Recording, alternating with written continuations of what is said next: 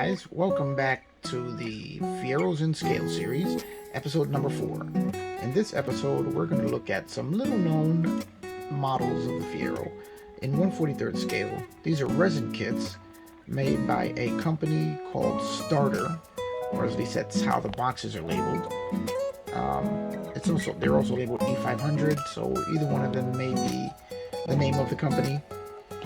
They were a French company, as apparently these were all imported from France.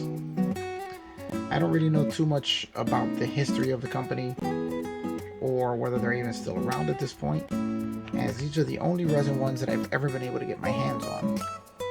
But the 3 variants we have here are the only ones I've ever been able to get. There may be, I think, 2 more variants available, which I am on the hunt for, haven't seen, never had any first-hand experience with. So we're going to be looking at the 3 we have here. So let's get started. Okay, the first one we're going to be looking at is the famous imsa dull pineapple fiero race car. This is, as I said before, 1/43 scale. It's really nicely detailed. All the lines are pretty much right where they should be. It's an excellent looking little model. Let's see, give you a better look at it. There we go. It's an excellent looking little model.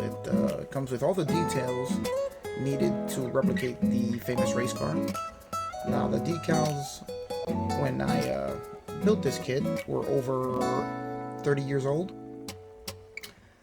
So I had to pretty much just scan them into the computer and reproduce them, as the originals were pretty much unusable.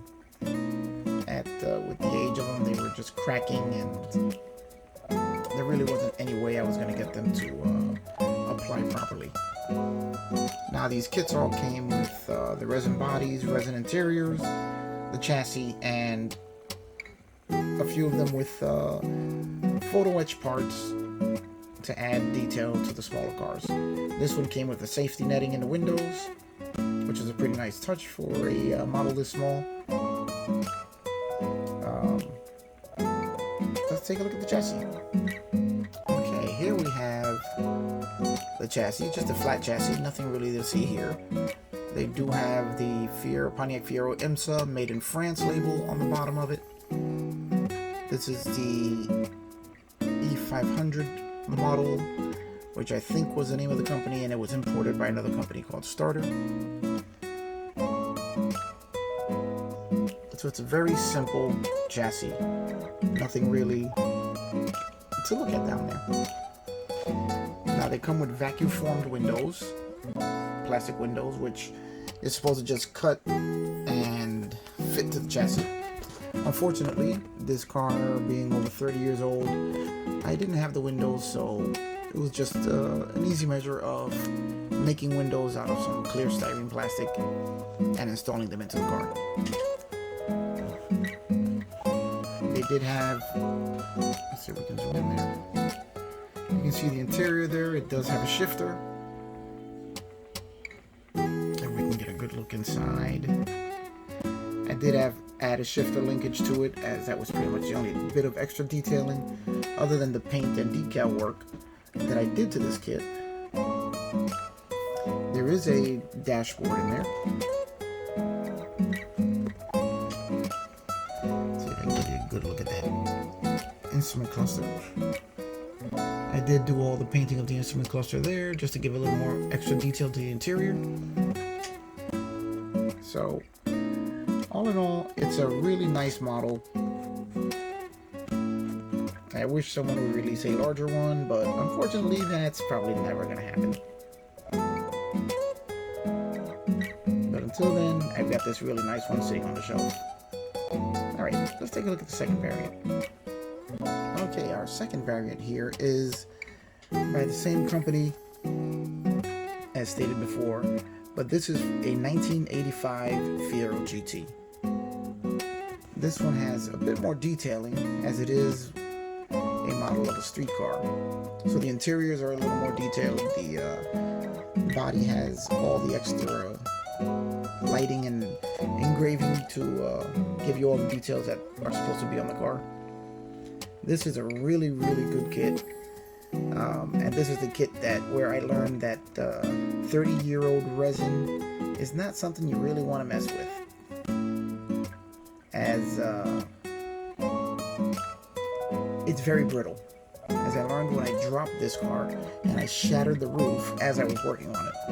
Luckily, I was able to pick up all the pieces, put it all back together, smooth out all the cracks, and add body filler, and do all the body work necessary to bring it all back, and now you can't even tell that it ever had any bit of damage to it. Now, the only odd quirk about this particular model is that the right side of the vehicle sits lower than the left, which is probably having something to do in the way it was crafted originally back in the 80s.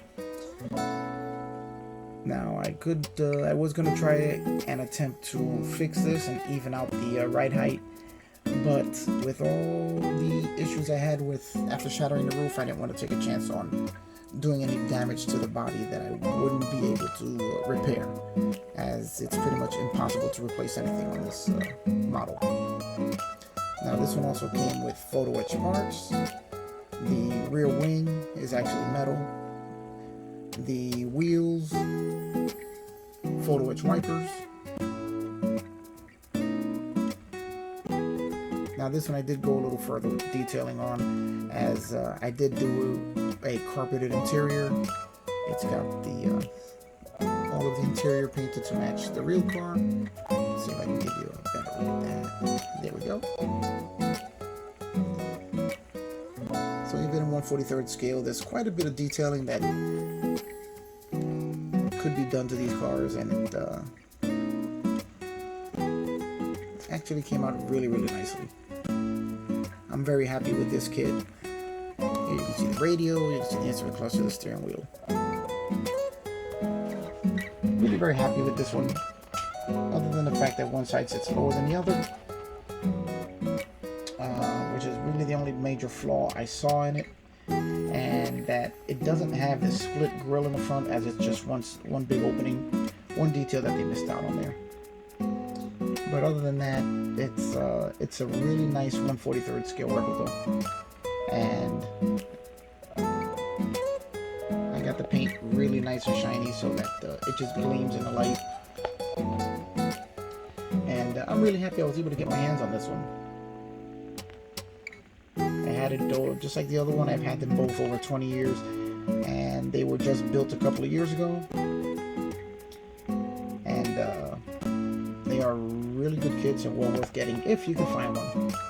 If you're a Fiero fan, I would definitely say that these should be on your list of Fiero kits to get.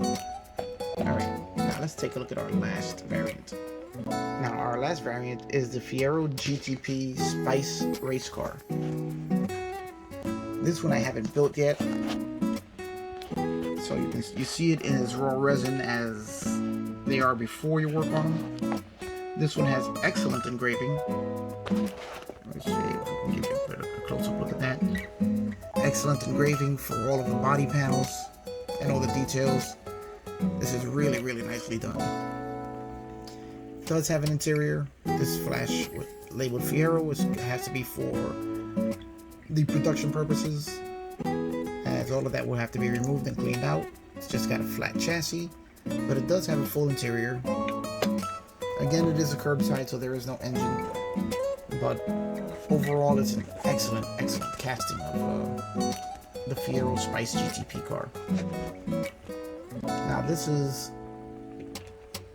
the box that they all came. Each one came in a box very similar to this. They come with a vacuum-formed windshield in each car. Here we have a small bag containing all of the other parts. You have the rubber tires, the metal wheels. Here are the wings, axles, everything's in there to complete the model. And then inside the box is where you'll find your photo-etched parts, usually taped right to the side of the box. Let's let's take a look at the 30 plus year old decals. Okay, now this is the full set of decals that are to be applied to this car. And here we have Spice Fiero Le Mans 1986. These replicate the team colors of this particular car. And again, I'm going to have to scan them because as you can see they're already cracking. So there's no way that I will be able to use these, as they'd probably fall apart if I tried to soak them in water. So I will be scanning these into the computer in order to replicate all the decals. Along with the decals, you get a sheet showing all the decal placement, where everything goes. Center the wheel, silver with gold center. They even give you color callouts in French and English. Body white, interior black, base plate silver. So you see here that not much in the way of instructions other than this, but it's not very hard to figure out where everything goes. So there we go, guys. An interesting piece of Fiero model history. One other interesting note is that if you pick these up, being solid resin, they are very heavy. They actually feel like they have the weight of a die-cast car. So when you pick them up, you may think that it is a die-cast car because of how heavy they are. But no, they're all just pure resin with a few photo etch parts. So that's gonna pretty much cover it for this one. Give you guys one last look at the two completed cars. They are really amazingly detailed for such small 1/43rd scale resin kits. And they really do look great on the shelf. So there we go, guys. That's going to be it for this video and this episode. So remember, like, subscribe, keep watching. There's more episodes coming with lots more of Fiero and scale model history memorabilia.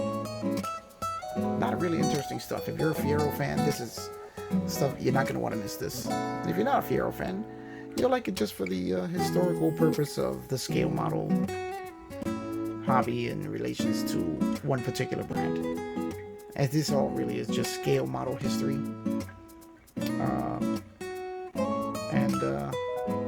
I don't know about you guys, but I am very interested in seeing where the hobby came from and what was available in relation to different automobiles. So that's going to be it, guys. Remember, like, subscribe, give a thumbs up, leave me some comments, tell me what you think. And I will see you on the next one.